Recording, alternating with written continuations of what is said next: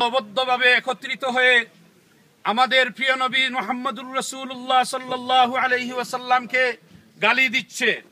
তারা কোরআনকে নিয়ে বিভিন্ন ব্যঙ্গাত্মক কথাবার্তা বলতেছে, আল্লাহকে গালি দিচ্ছে, আল্লাহর বিরুদ্ধে কথা বলতেছে এবং যে যারা এই সব কাজ করতেছে তাদেরকে বর্তমান প্রেজেন্ট গভর্নমেন্ট যেটা বাংলাদেশ গভর্নমেন্ট দ্বারা পরিচালিত হচ্ছে সেই গভর্নমেন্ট সরাসরি ভাবে তাদেরকে সহযোগিতা করে যাচ্ছে।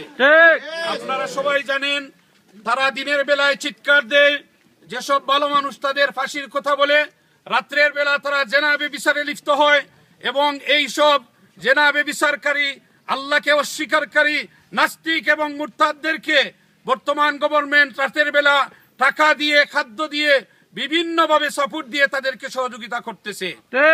আজকে যখন রাসূলুল্লাহ সাল্লাল্লাহু আলাইহি ওয়াসাল্লামের বিরুদ্ধে কথা বলা হচ্ছে, আল্লাহর রাসূলকে গালি দেওয়া হচ্ছে, বাংলাদেশের 92% মুসলমানের বসবাসের জন্মভূমি আপনার আমার বাংলাদেশ, সেই দেশের তৌহিদি জনতা যখন গর্জে উঠেছে তখন বর্তমান সরকার সেই তৌহিদি জনতার উপরে নির্বিচারে গুলি ছেড়েছে। তারা নামাজের পর যখন মুসল্লিরা মসজিদ থেকে বাইর হয়েছে তখন মুসল্লিদের উপরে তারা গুলি ছুড়েছে, মুসল্লিদেরকে আহত করেছে, একজন ইমামকে তারা হত্যা করেছে, শহীদ করেছে। তাছাড়া আরো 4 জন মানুষকে তারা নিহত করেছে যারা তাদের গুলিতে নিহত হয়েছেন। কিন্তু আক্ষেপের বিষয় হলো এই সব অপরাধী লোক যারা আল্লাহর বিরুদ্ধে কথা বলতেছে, রসুলের বিরুদ্ধে কথা বলতেছে, তাদেরকে সরকার বিভিন্নভাবে সাপোর্ট দিয়ে পুলিশ এবং র্যাবের মাধ্যমে তাদের নিরাপত্তার ব্যবস্থা করেছে, ক্যামেরার মাধ্যমে তাদের সিকিউরিটির ব্যবস্থা করেছে। কিন্তু ধর্মপ্রাণ মুসলমানের দেশে শতকরা 90 থেকে 92% মুসলমানের দেশে যখন মুসলমানরা তাদের কথা নিয়ে বাহির হয় তখন তাদের উপরে পুলিশ নামদারি পুলিশ লীগ এবং ছাত্রলীগরা গুলি দিয়ে তাদেরকে হত্যা করে।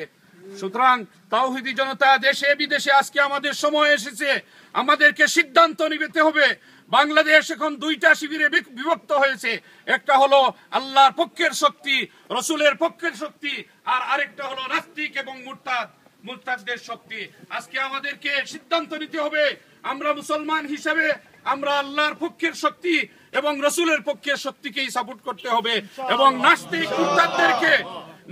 মুরতাদদেরকে আমাদের যাবতীয় ঈমানি শক্তি ব্যয় করে বাংলাদেশ থেকে বিতাড়িত করে বাংলাদেশে কোরআনের রাজ প্রতিষ্ঠিত করতে হবে। আল্লাহ রাব্বুল আলামিন আপনাকে আমাকে সেই তৌফিক দান করুন। এই বলে আমি আমার বক্তব্য শেষ করছি। আমাদের ঈমানের দাবি হলো রাসূল সাল্লাল্লাহু আলাইহি ওয়াসাল্লামকে যদি কেউ গালি দেয় তাহলে আমরা কথা বলা, যারা কথা না বলে নিশ্চুপভাবে বসে থাকবে বুঝতে হবে তাদের ঈমানের ব্যাপারে প্রশ্ন আসে। আজকে আপনারা দেখেন এই সব ছবি দেখে, আপনারা এই পিকচারগুলো দেখে আপনারা অনুভব করতে পারবেন যে বাংলাদেশ এখন কোথায় গিয়েছে। পুলিশের বুটের তলে হলো বাংলাদেশের গণতন্ত্র, গুলির উপরে হলো বাংলাদেশের গণতন্ত্র। বিরোধী দলকে নির্মূল করা, বিরোধী দলকে মিশিয়ে দেওয়া, এটা হলো বাংলাদেশের গণতন্ত্র। এইটাই যদি গণতন্ত্র হয় তাহলে আসলে প্রকৃতপক্ষে গণতন্ত্র কোনটা আমাদেরকে চিন্তা করতে হবে। ভাই এবং ভাইয়েরা, আসুন আমরা আমাদের ঈমানের দাবিতে একতাবদ্ধ হয়ে দেশে বিদেশে যে যেখানে আছি সব জায়গায় আল্লাহ আওয়াজ তুলি, রসুলের আওয়াজ তুলি এবং এই সব নাস্তিক এবং মুরতাদদের বিরুদ্ধে আমাদের কথা বলার আমরা চেষ্টা করি।